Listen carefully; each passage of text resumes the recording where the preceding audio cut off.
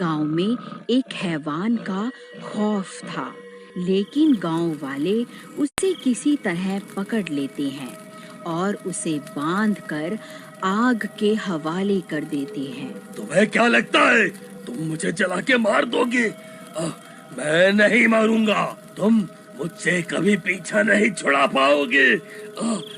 फिर देखते ही देखते वह हैवान जल जाता है और कुछ देर में आग की लपटें भी शांत हो जाती हैं। फिर सब गांव वाले अपने अपने घर की ओर चल देते हैं। फिर आधी रात होते ही उस राख के ढेर में कुछ हलचल होती है और वह हैवान अपनी आंखें खोलता है। वो हैवान जाग उठता है। गाँव वालों, मैंने तुमसे कहा था ना, तुम मुझे नहीं मार सकते। उस हैवान का पूरा शरीर जल चुका होता है। वह खड़ा भी नहीं हो पा रहा होता है। फिर वह जमीन पर घिसटने लगता है और घिसटता घिसटता भीमा के घर के बाहर पहुंच जाता है।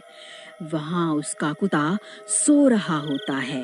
वह हैवान घिसटते घिसटते उस कुत्ते के पास पहुंच जाता है और उसकी टांग पर काट लेता है। तभी उस कुत्ते की नींद खुल जाती है। वह दर्द के मारे चिल्ला उठता है और वहां से भाग जाता है। फिर वह हैवान वहीं दम तोड़ देता है। फिर सुबह होने पर भीमा अपने घर से बाहर निकलता है तो उस हैवान को अपने घर के बाहर देखकर डर जाता है। अरे मर गया! अरे ये हैवान यहाँ कैसे आ गया? हे भगवान! अजी, ये तो वही हैवान है जिसे हम सब गांव वालों ने कल रात जलाकर मार डाला था। लेकिन ये यहाँ तक कैसे पहुँच गया? पता नहीं कविता, मुझे तो कुछ समझ नहीं आ रहा। आखिर ये वापस जिंदा कैसे हो गया? अजी, हमारा कल्लू कहाँ गया? वह रात को यही सो रहा था। कहीं इस हैवान ने उसे खा तो नहीं लिया जी? हे भगवान, हे भगवान, मेरा कल्लू! ये नास मिटा हैवान उसे खा गया। हाय रे हाय! फिर भीमा कुछ गांव वालों के साथ मिलकर उस शैतान के शरीर को जंगल में गाड़ देते हैं। अजी, मैं अपने कल्लू के बिना नहीं जी सकती। अरे कविता, तुम रोना बंद करो। हो सकता है हमारा कल्लू उस हैवान से बचकर भाग गया हो। तभी उन्हें कुत्ते के भौंकने की आवाज आती है। वह आवाज कल्लू की ही होती है। वह दोनों भागकर बाहर जाते हैं और देखते ही देखते कल्लू बाहर ही खड़ा होता है।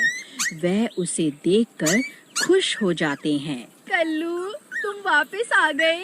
अब मैं तुम्हें घर के बाहर नहीं सोने दूंगी। अब से तुम हमारे साथ घर के अंदर ही सोओगे। चलो, अंदर चलो। अंदर चले जाते हैं। फिर आधी रात होने पर कल्लू की नींद खुल जाती है। वह बेचैन हो जाता है।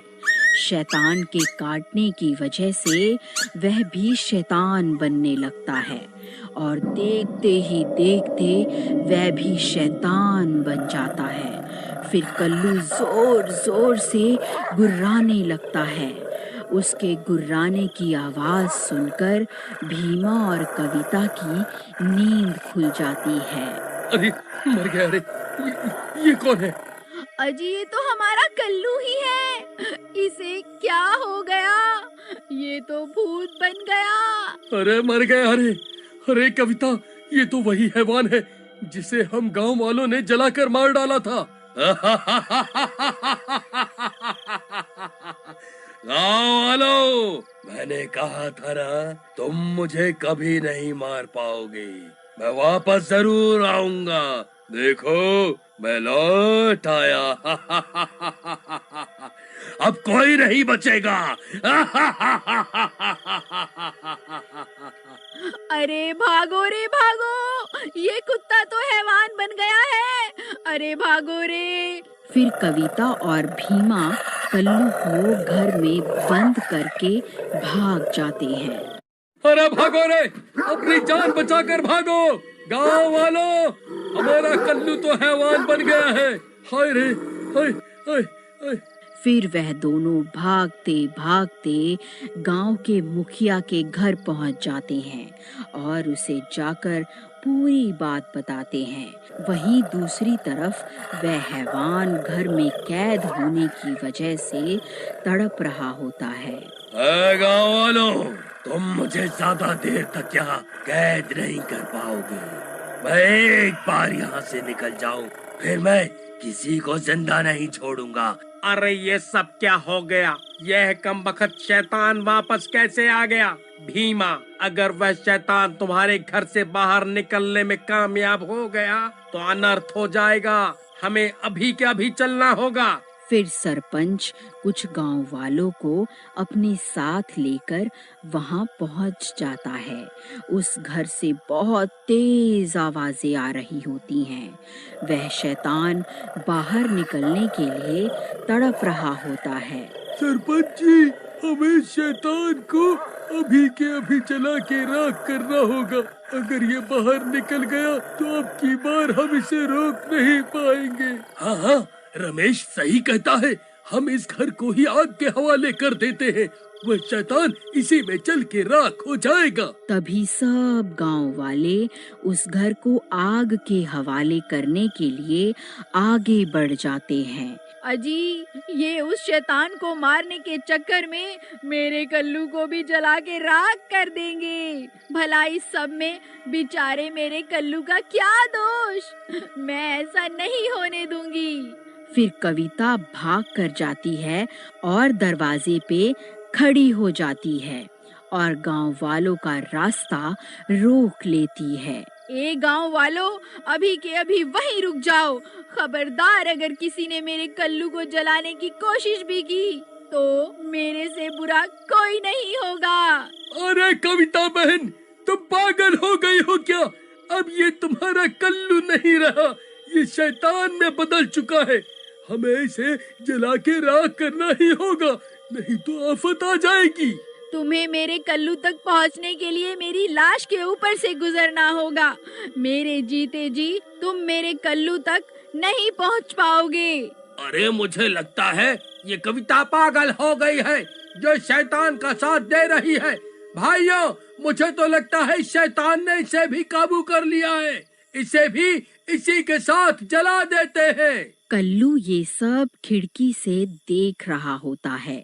अपने मालिक का प्यार देखकर कल्लू कुछ देर के लिए उस शैतान पर काबू कर लेता है और ये सब देखकर उसकी आंखों में आंसू आ जाते हैं।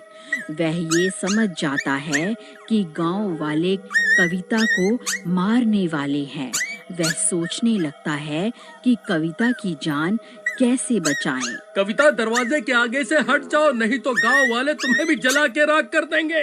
तभी कल्लू जोर जोर से भौंकने लगता है और देखते ही देखते बहुत सारे कुत्तों के भौंकने की आवाजें आने लगती हैं।